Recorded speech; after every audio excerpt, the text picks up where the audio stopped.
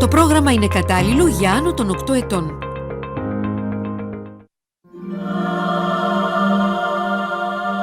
Vast oceans of truth lie undiscovered before me. For a voyage into the mysteries of the universe, welcome to the Cosmic Front. The Paranal Observatory in Chile boasts one of the world's most beautiful views of the starry night sky. It was here in 2009 that a surprising discovery was made regarding a particular star. This star is 1,000 times bigger than the Sun and is covered in bright red flames. It also has a bump-like protrusion. And that's not all. As I said, it can be very close to collapse and final explosion. It can be even at an age of 99.9% of its life.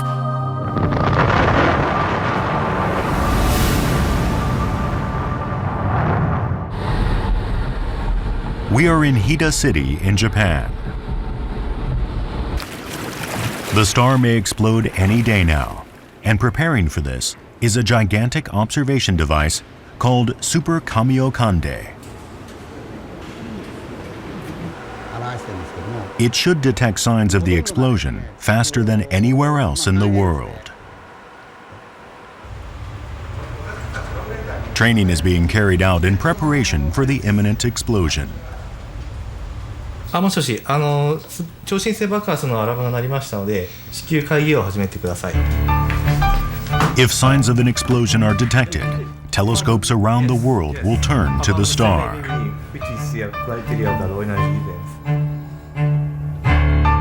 The star that's capturing the attention of astronomers worldwide is the red giant in Orion. Betelgeuse. It's thought the explosion at its death will be 300 million times brighter than the Sun. Furthermore, it is only 640 light-years away. On the grand scale of the universe, it's a short distance from Earth.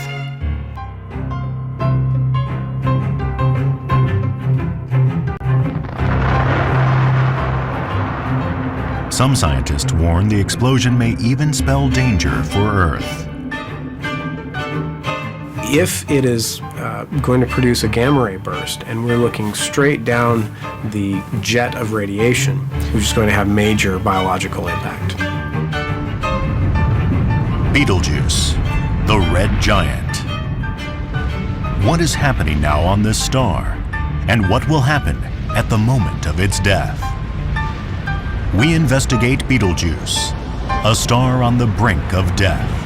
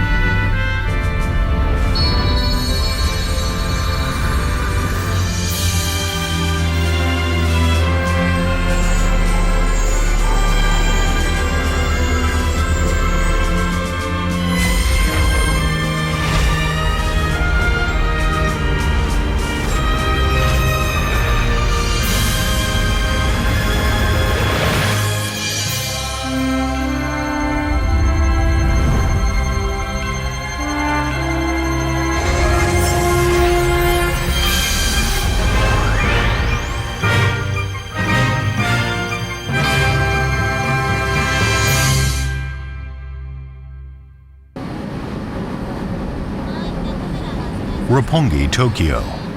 The city at night, viewed from the top of a 240-meter-high skyscraper. The city nightscape is not the only view to be enjoyed.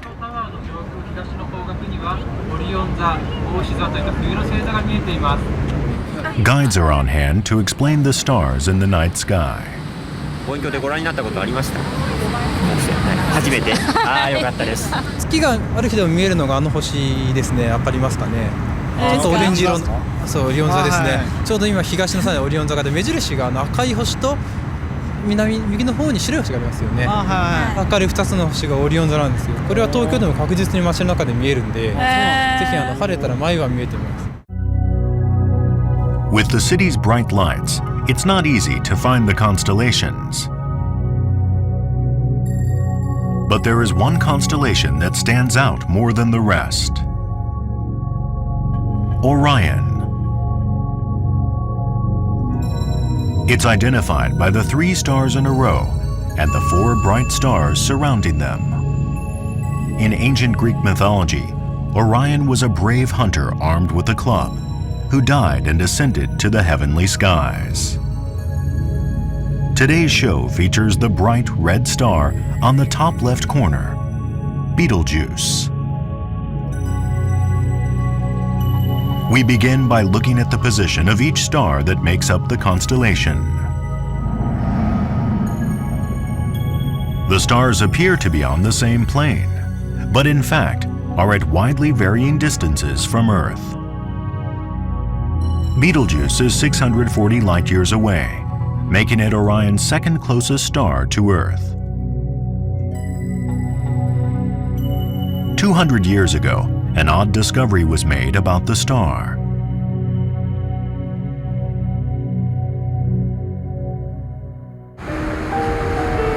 It took place on the Cape of Good Hope, on the southern tip of Africa. The British established an observatory here in the 19th century. At the time, accurate positioning of the stars was vital for navigating the seas. The observatory was built to study the stars visible from the southern hemisphere.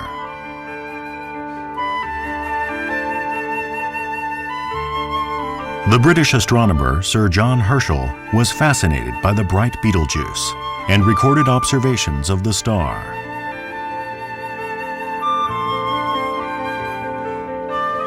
Herschel noted the stars in order of brightness and noticed something rather strange. These are the results of 4 years of observation. Orion here refers to Betelgeuse. In March 1836, Betelgeuse was the 4th brightest star, yet 8 months later in November, it was the brightest.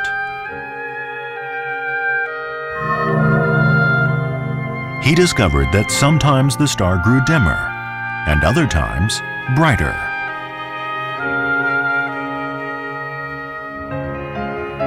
Why did its brightness vary? So began the quest to unravel the mysteries of Betelgeuse.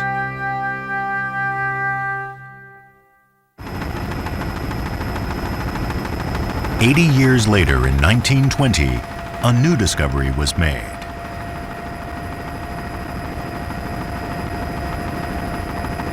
This time, it was at the Mount Wilson Observatory just outside Los Angeles. The physicist, Albert Michelson, thought the varying brightness of Betelgeuse was perhaps caused by changes in its size.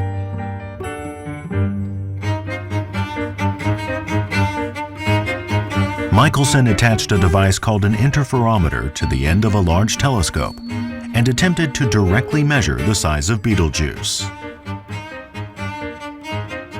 An interferometer uses 2 mirrors to reflect the light from a star and then combines the 2 beams.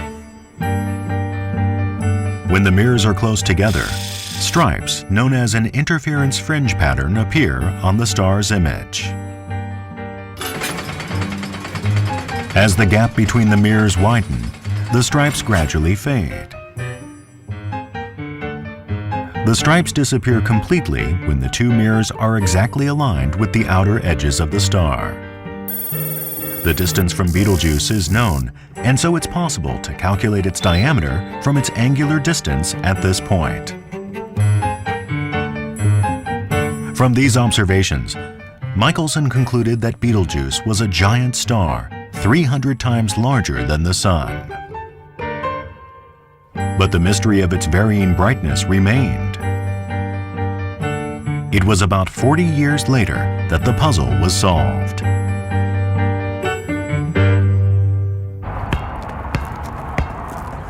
Guy Perron is researching Betelgeuse at the Paris Observatory. Perron uses results from the latest observations to explain the size of Betelgeuse in the following way. Alors le Soleil, c'est une étoile qui est assez petite, qui serait par exemple de la taille de ce ballon-là, alors que Betelgeuse elle-même est beaucoup plus grosse et serait de la taille de la Tour Eiffel, et c'est beaucoup plus facile de pouvoir en voir les détails à la surface. Detailed observations suggest Betelgeuse's diameter could be as wide as 1.4 billion kilometers. That's 1,000 times greater than the Sun. Placed at the center of our solar system, it would surpass the Earth's orbit and reach as far as Jupiter. What's more, it has changed in size by more than 100 million kilometers. The giant star changes its brightness as it pulsates.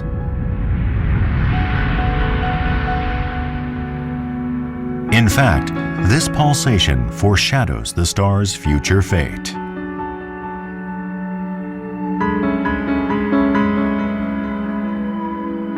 Qui présente l'intérêt en fait d'être une étoile très brillante, donc facilement observable, et aussi d'être une étoile en fin de vie. Et donc il y a des phénomènes extrêmement intéressants dans son environnement et sur l'étoile elle-même qui méritent et suscitent l'intérêt des astronomes pour son observation.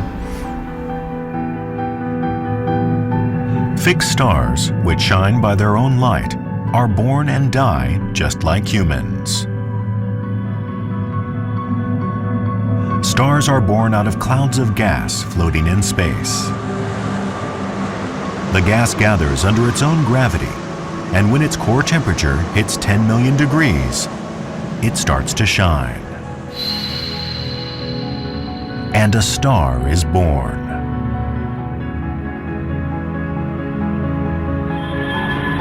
A star spends most of its life shining constantly in its steady phase.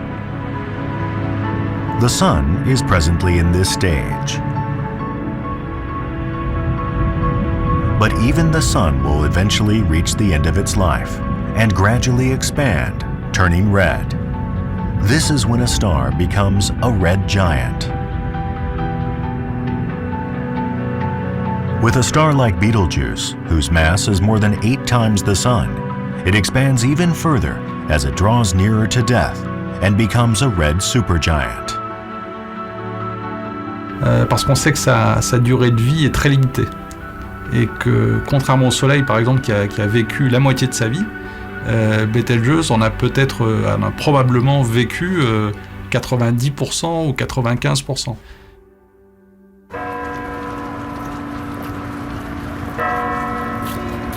Betelgeuse is coming to the end of its life. Scientists around the world are carrying out research to reveal the giant star's true shape.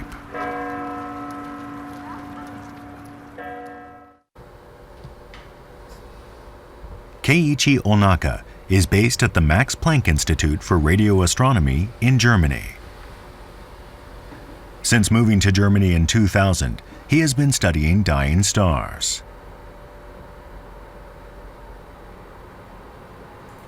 In 2009, Onaka made a surprising discovery about Betelgeuse's shape.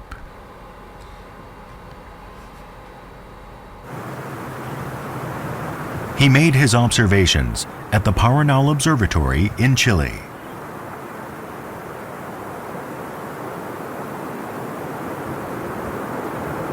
At an altitude of 2,600 meters and with 350 clear nights per year, it is the ideal location for astronomical observation. This is the Very Large Telescope Interferometer. 3 telescopes of 1.8 meter aperture, housed in round domes, are combined to make detailed observations.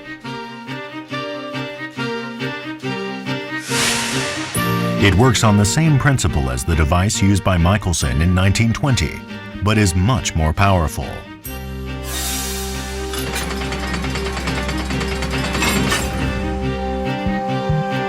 The telescopes can be placed up to 130 meters apart. Placing the telescopes this far apart produces images higher in resolution than ever before. The images of Betelgeuse captured by the three telescopes are laid on top of each other. A black vertical stripe appears. This is the interference fringe pattern. この真ん中の列なんですけども、ここのところにですね、この列にはこう縦にこうしましまがあると思うんですよね、縦に。でそれがまあコマごとにちょっと少しずつ動いてるんですけども、これがですね干渉計で観測した時に得られる干渉島というやつでして、星のですね大きさとかその形に関する情報っていうのはこの干渉島の中に含まれているわけです。What drew Onaka's attention was this part. There is a kink in the black stripe. Further investigation revealed something unexpected. Normally, spherical stars produce symmetrical graphs. In Betelgeuse's case, however, the left side of the graph is significantly raised. What can this mean? Onaka grappled with this conundrum for 6 months and finally reached a conclusion no one could ever have imagined. 初めはちょっと解釈に苦しみましたね。予想しなかったことなので、これを一体どういうふうに解釈すべきかというのをでしばらく考えて、でいろいろ考えたりとかして、まあちょっとモデル計算をやってみて、どうやったらこの観測データを説明できるかといろいろやってみた結果、やっぱりそういうふうにここの星があって、その一部にまあコブというかですね、雲みたいなものがあって、それがこうもっと上の方に動いてると。でそういうことがないと観測データが説明できないというのが分かったわけです。Onaka concluded that the asymmetry in the graph was caused by a bump sticking out of Betelgeuse.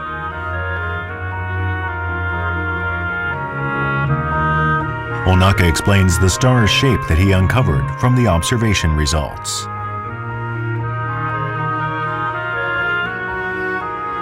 まあこれがまあベテルギウスの星でして、でその上にこういうコブというかですね、雲、大きな雲ですね。まあで大きさがですねベテルギウスの星自体の半分ぐらいの大きさですね。でそれがですねこう上の方に、この雲は上の方にズーッと動いていると。でズーッといきますと、まあ実際にはですね秒速の10キロが15キロというものすごいスピードでこう複雑にランダムな動きをしているわけですね。So Betelgeuse is massive, 700 million kilometers wide and 40 million times bigger than the Sun.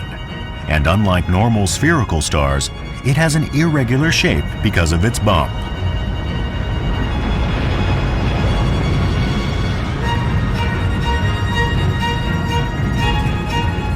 But what caused this huge bump to form?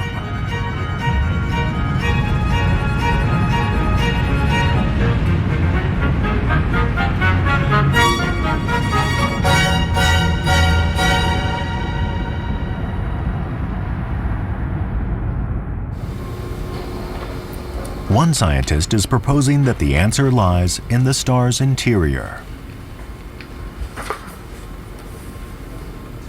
Andrea Chiavassa from the Free University of Brussels is using not observations, but calculations done on a supercomputer to try and decipher the mystery of Betelgeuse's bump.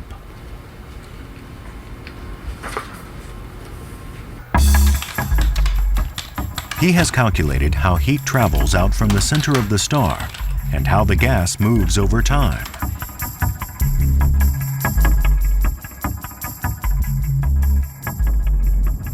This is how Betelgeuse looks according to Chiavassa's calculations.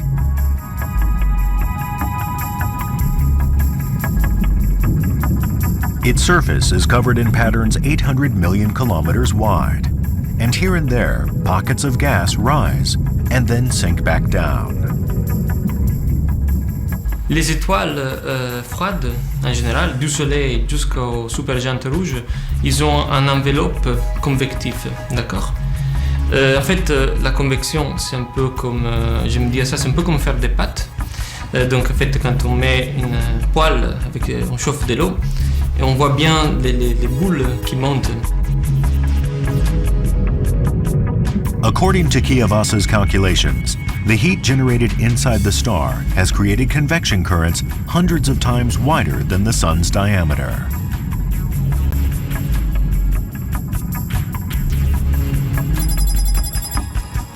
This is an actual image of the sun's surface.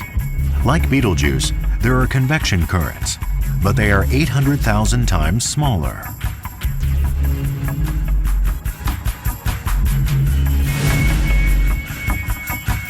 The difference is due to the internal structure of the two stars. In the Sun, convection currents only occur near the surface. With Betelgeuse, on the other hand, the convection currents almost reach the center of the giant star.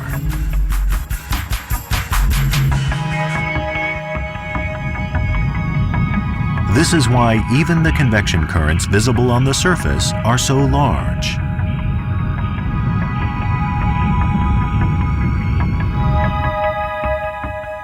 What's more, the currents are moving at an astounding speed. According to Kiyovasa's calculations, Betelgeuse's convection currents are rising at a speed of 30 kilometers per second.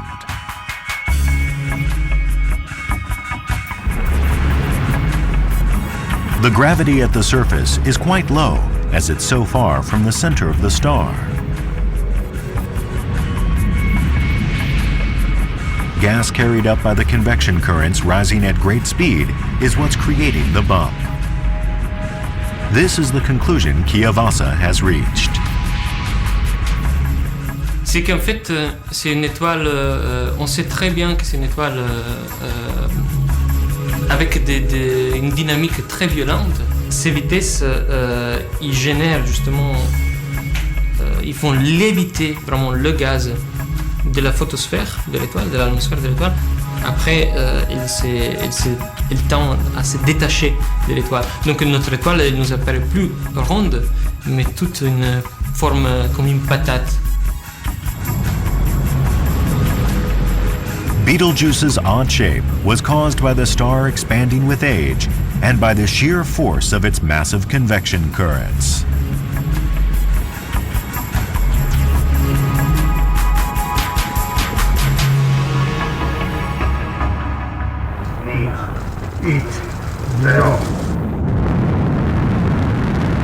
In 2006, Akari, a Japanese infrared astronomy satellite, was launched. Using infrared invisible to the naked eye, it can survey clouds of gas and dust that float in space. These are images of Betelgeuse captured by Akari. Let's combine these four images taken with different filters. This reveals a spherical cloud of gas and dust enveloping Betelgeuse.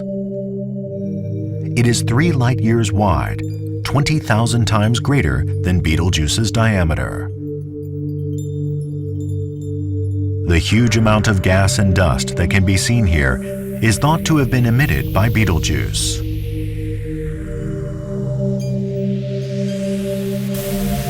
But it was unknown how Betelgeuse expelled so much gas and dust. Trying to decipher this mystery is Perron of the Paris Observatory. Perron set about observing the area around Betelgeuse and the gas it emits.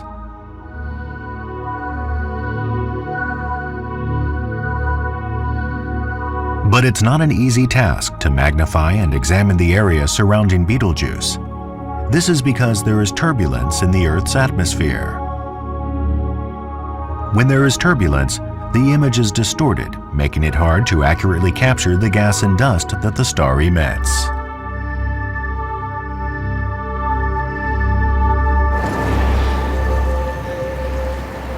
Perron solved this problem with a clever idea.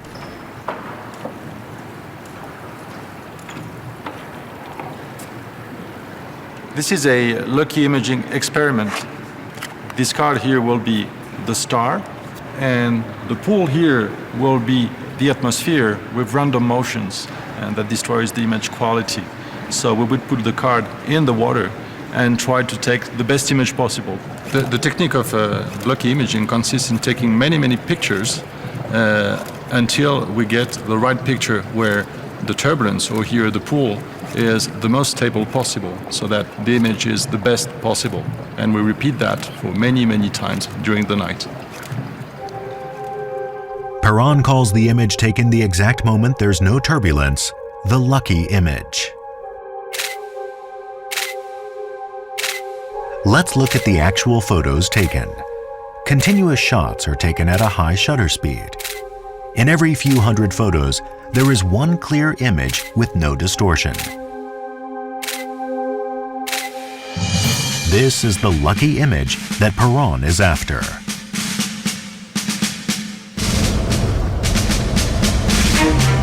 But in reality, the light from a star is limited. To take images at a high shutter speed, you need a gigantic telescope that can gather a large amount of light.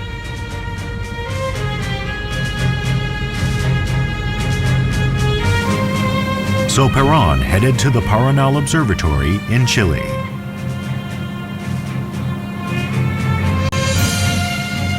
There are some other big telescopes like these ones, but this is a unique place in the sense that we have 4 telescopes in the same observatory with a multitude of instruments that can be used, so that you can make every observation you would think of in modern optical astronomy.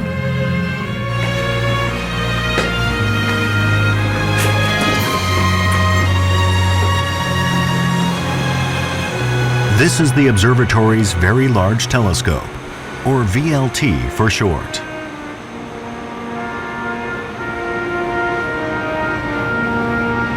With mirrors 8.2 meters in diameter, it's one of the world's largest telescopes.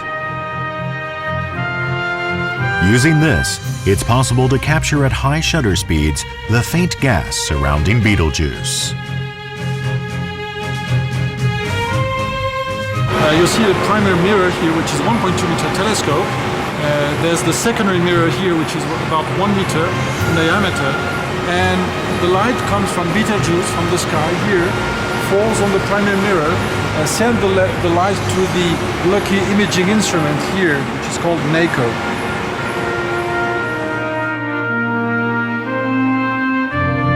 As night draws near, the observations of Betelgeuse begin.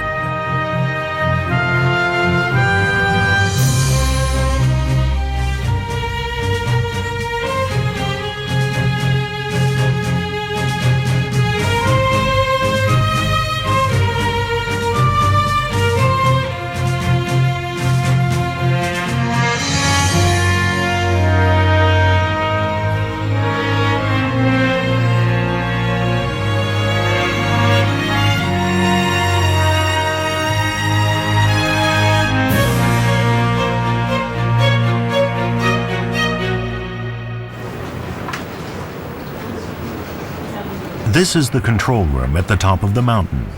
Paranal's telescopes are operated from here.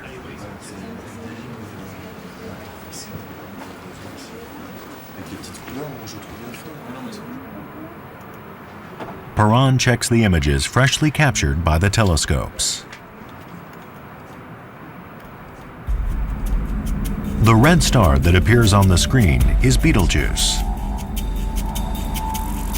So what we see here are images of Betelgeuse through turbulence. So this is why they're wobbly, and sometimes they are much sharper than some others, and that's what we call lucky imaging. The star seems to be constantly moving. Is there a lucky image in there somewhere?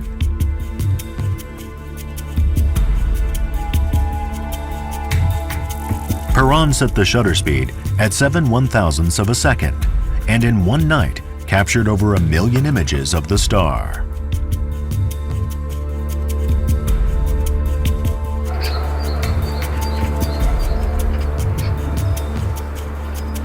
The images were then taken back to the Paris Observatory for analysis.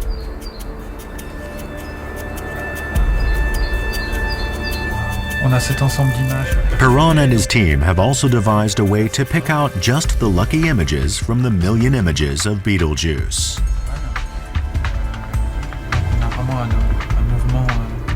They turn their attention to the brightest part of the images.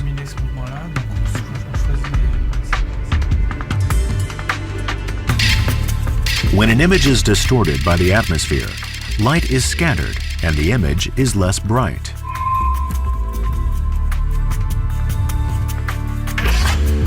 So by comparing the brightest spot of each image and choosing only the brightest images, Perron's team can separate out all the lucky images.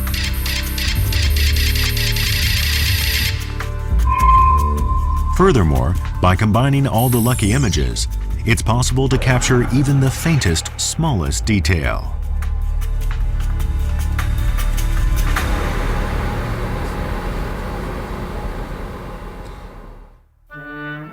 This is the face of Betelgeuse that Perron unmasked from his million images.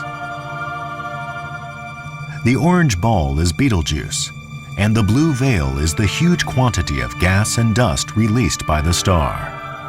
At last, we have an image that captures the star expelling gas and dust into space. Unexpectedly, the gas and dust are not emitted in a concentric circle, but in 3 different directions. The furthest tip extends 4 billion kilometers from the star. In terms of the solar system, this is about the distance between the Sun and Neptune.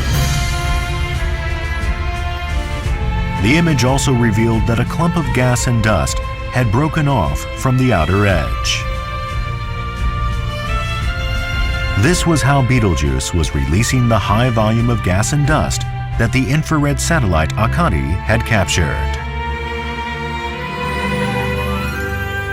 Alors c'est la première fois qu'on met en évidence en fait cet environnement-là avec une image d'aussi grande précision.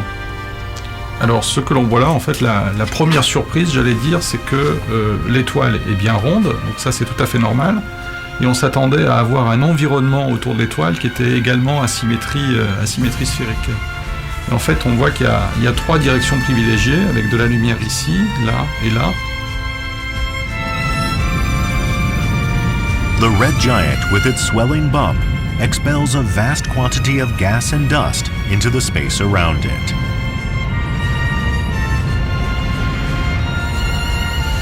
The dynamic activity of the star betrays how close it is to the end of its life.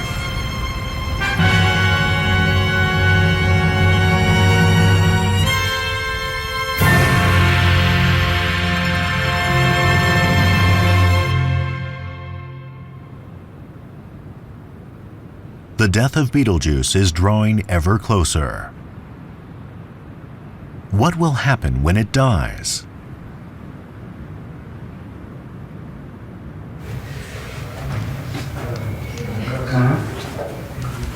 Hans Thomas Janka has spent 25 years researching the final years of a star at Germany's Max Planck Institute for Astrophysics.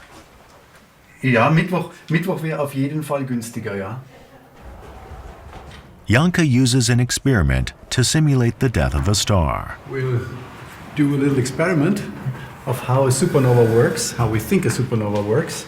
Small container, which I will fill, and then we put some water in, and see what happens is, of course, that there's sparkling bubbles coming and gases. And then we will see how it evolves.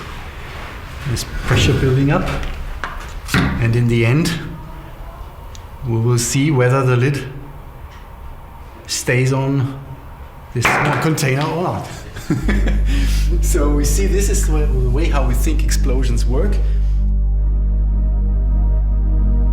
Janka believes Betelgeuse will also be unable to withstand the immense pressure and will finally explode.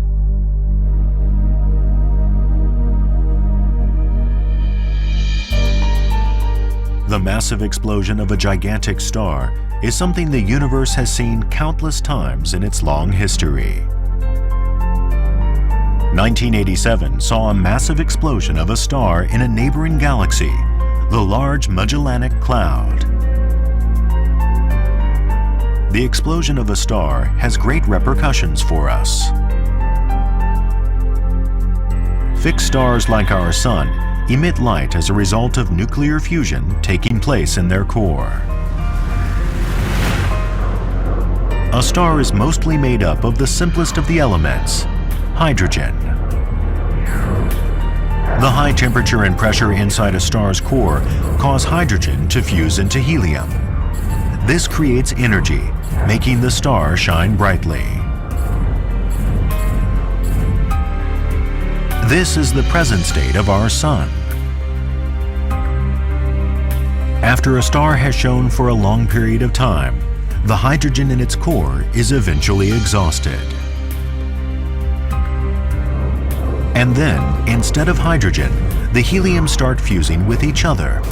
This produces carbon, oxygen, and other new elements.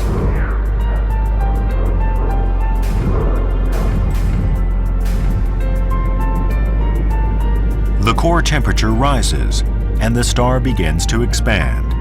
And so begins its transformation into a red giant like Betelgeuse. Finally, when iron is created, the nuclear fusion stops. The star can no longer support its own mass and starts to rapidly collapse.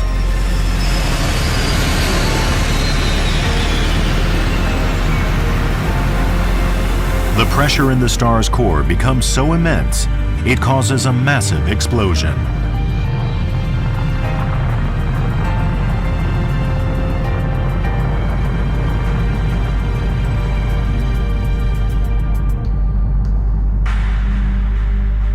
When the shock wave moves out of the surface of the star, we call the phenomenon the supernova event, as observers see it and as we can see it as a spectacularly bright celestial phenomenon.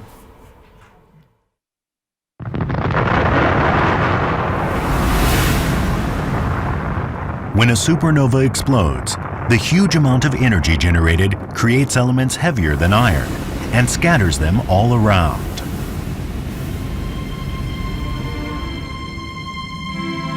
The elements created by the star float about in space. Over a long period of time, elements gradually gather together once more. And out of these, planets like Earth are born, and furthermore, life in its various forms. It's all thanks to the explosion of a dying star that we are here today. Les étoiles, c'est des usines à atomes. Hein. Donc elles produisent du gaz, elles produisent de la poussière. Ici, par exemple, voilà, ça c'est de la matière qui a été faite dans ces étoiles. Ou vous, ou moi, voilà. On est tous les enfants de ces étoiles-là.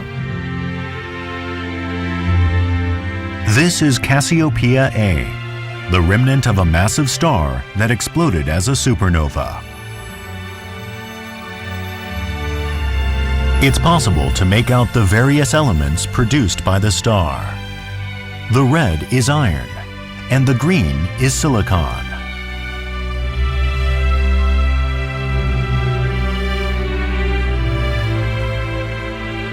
This is another supernova remnant, the Crab Nebula. The cloud of gas and dust is spreading at a speed of 1,300 kilometers per second. In this way, elements are scattered across the universe when stars explode. In all of recorded history, only 7 supernova explosions visible to the naked eye have been witnessed. The farthest away was SN 1987A, a supernova discovered in 1987 in the Large Magellanic Cloud. It is 160,000 light-years away. The Crab Nebula is the closest to us, but it's still 6,500 light-years from Earth. In comparison, Betelgeuse is a mere 640 light-years away. If Betelgeuse becomes a supernova, it would be the closest explosion we have ever faced.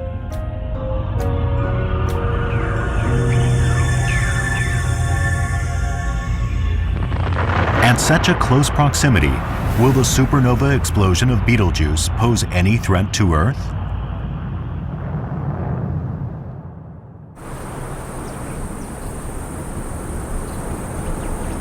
Clues to help us answer this question can be found in Argentina.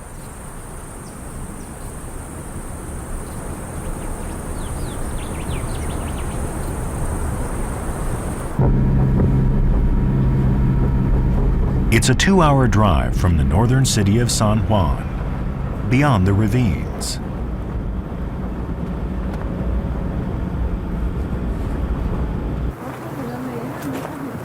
Geologists from the National University of Cordoba in Cordoba province guide us to the site.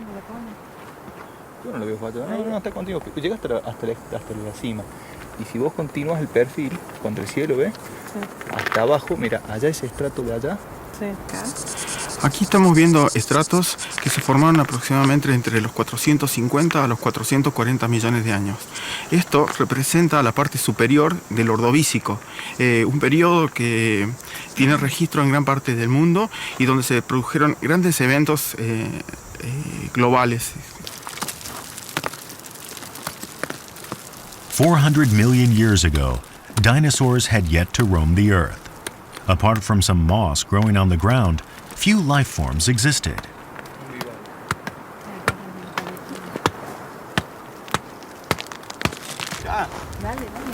Vakari has found something.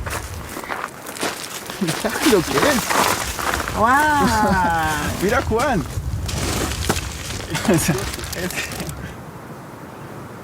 It is a fossil of a trilobite.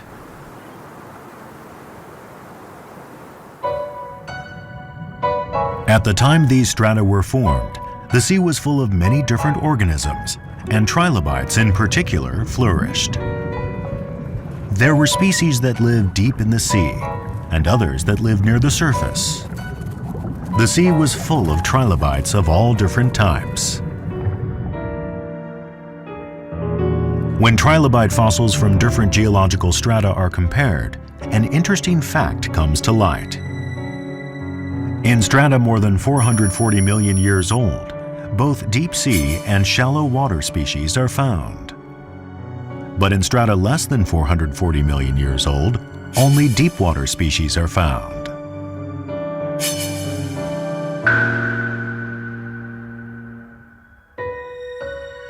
Esta extinción así tan particular es realmente misteriosa porque, insisto, es como, ¿por qué ser tan selectivo? ¿Por qué solamente tiene que haber pasado que incidiera y produjera, digamos, una extinción masiva de los grupos de trilobites que vivían en la columna de agua? One scientist believes that a supernova explosion caused the extinction of the shallow water trilobites.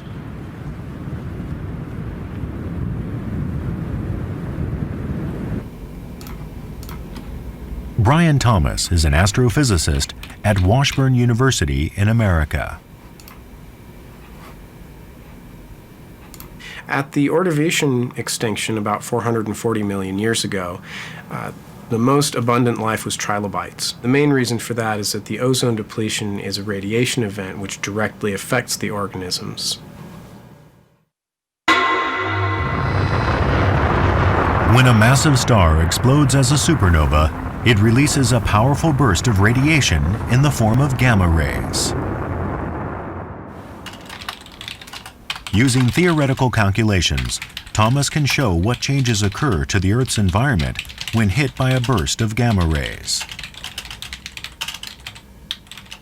This figure here shows the depletion in ozone over the globe. So there's a rapid drop-off in the ozone layer, and that reaches about 30 to 35% total. And that will increase slowly, recovering over about 10 years.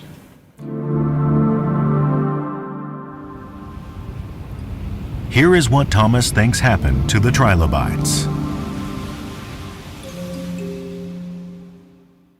Earth is protected from the sun's powerful ultraviolet rays by the ozone layer. When gamma rays produced by a supernova explosion hit Earth, the ozone layer is destroyed. This allows the sun's harmful rays to beat down on the land and the surface of the sea. Thomas believes this killed off all the trilobites near the surface of the sea, but those deeper down, where the UV rays couldn't reach, survived. Once the ozone is depleted, ultraviolet light from the sun comes through the atmosphere, and organisms that are exposed to this ultraviolet light will have their DNA and other molecules like proteins damaged by this particular radiation. That can cause death.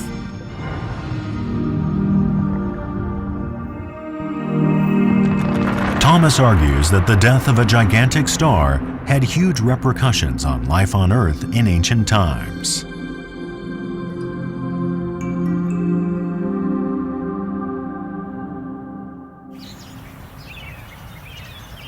The explosion of Betelgeuse is thought to be imminent, but are we in any danger?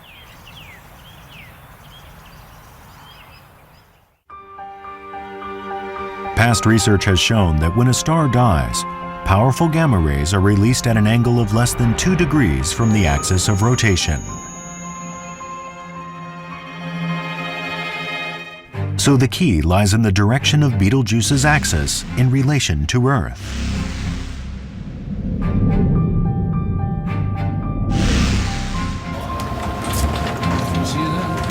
Observations were carried out to measure Betelgeuse's rotational axis.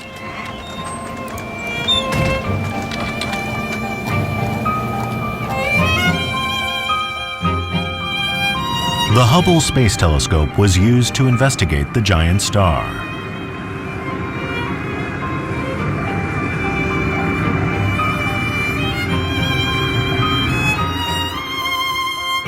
It measured the speed at which certain points on the star's surface were moving.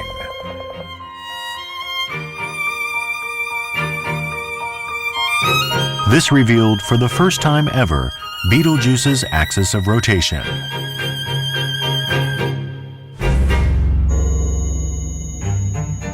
The star's axis misses Earth by 20 degrees.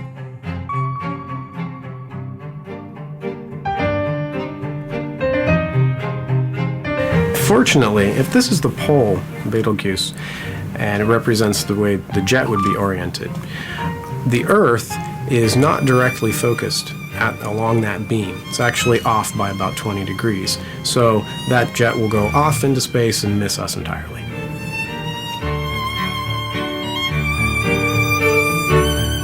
When Betelgeuse explodes, it looks like Earth will be safe from harm.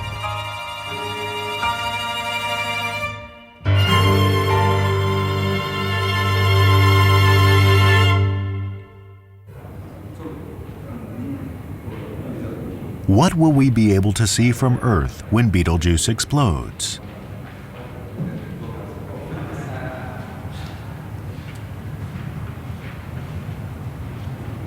At the edge, it's much more blue.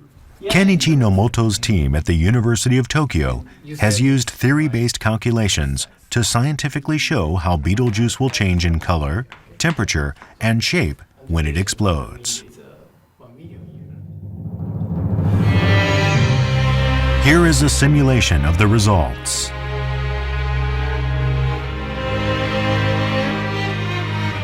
The final moments have arrived for Betelgeuse, Orion's red supergiant. Its color changes from red to blue as its temperature shoots up. 1 hour later, Betelgeuse burns more brightly than any other star, and no one can fail to notice this change. 3 hours after the explosion, the star's brightness intensifies until it is around 100 times brighter than the full moon.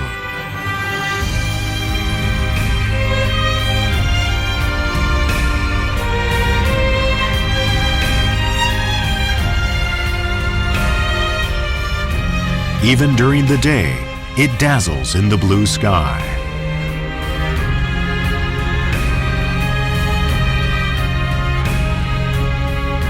It is predicted this brightness will continue for 3 months.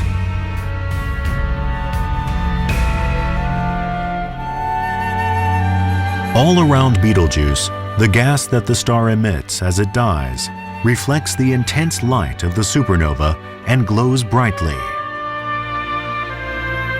4 months later, the star starts changing color again. As the temperature falls, it changes from blue to orange. The gas swathes the star layer upon layer like a flower in bloom. Eventually, as the temperature drops further, the star turns red and then gradually fades. 4 years later, Betelgeuse is no longer visible to the naked eye. Orion has finally lost its giant star.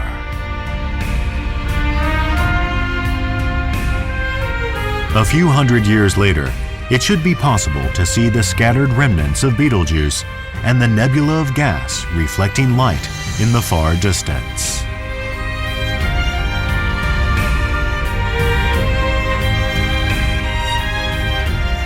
本当に立ち上がりからこう色の変化まで詳しく観測された例というのはほとんどありませんね。ですからこのベテルギウスがもし爆発してこういう現象が見えればもうかつてない天体ショーとして非常に面白い初めての現象だと思います。 Since the dawn of history, we have never seen a supernova explode so near. But when will this happen?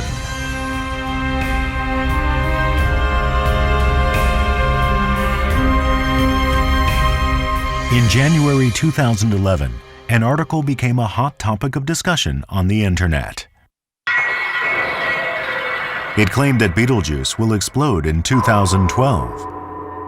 But no one really knows.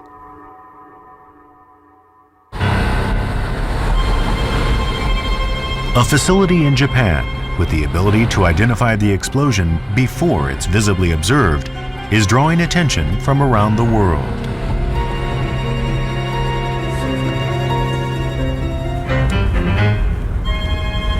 It is located 1,000 meters underground among the mountains of Gifu Prefecture.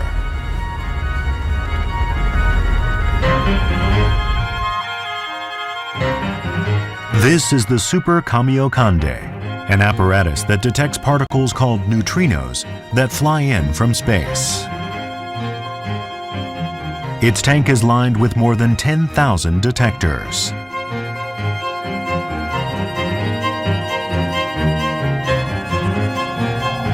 Just before a supernova explodes, a flood of neutrinos is released from the star's core.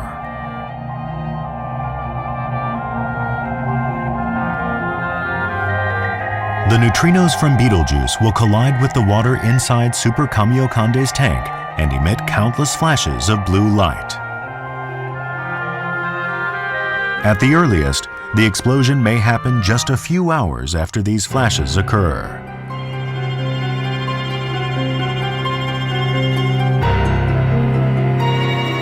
At the facility, training is being carried out to ensure they will detect the explosion. もしもし、超新星爆発のアラームが鳴りましたので、至急会議を始めてください。When a large number of neutrinos is detected, a video conference is held with scientists around the world, and the data is analyzed.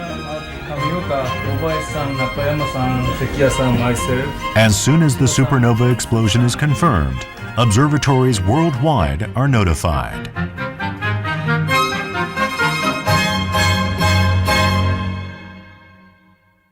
ニュートリノが出てから光で超新星爆発が見えるまでっていうのがやっぱり短いものでは数時間以内に起こってしまいますから、やっぱりもたもたしてると光での爆発が見えちゃった後に情報を流してもね、やっぱりその爆発の瞬間をいろいろな望遠鏡が捉えると、そういうことがやっぱり重要なことだと思いますのでね、重要でしかも面白いことだと思いますので、そういったことのためにやっぱり早く情報を流さなきゃいけないと思います。時間との戦いですよね。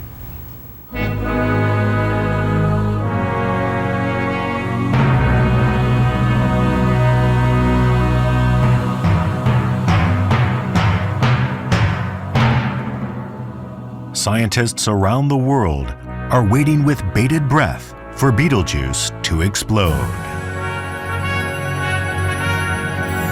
超新星爆発が非常に近くで起きるというのは10万年に1回あるかないかというくらいの稀な現象で、これがキャッチできればですね、非常に貴重な観測になる。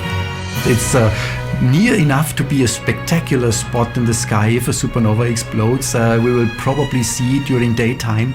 Oh, it would be fantastic to see that, to see such a big explosion, very bright. I would really love to see that in my lifetime. Absolutely. Betelgeuse has fascinated us with its bright red glow. It is a fierce giant, bearing a huge bump and emitting dust and gas with staggering force. And soon, it will meet its death in a massive explosion.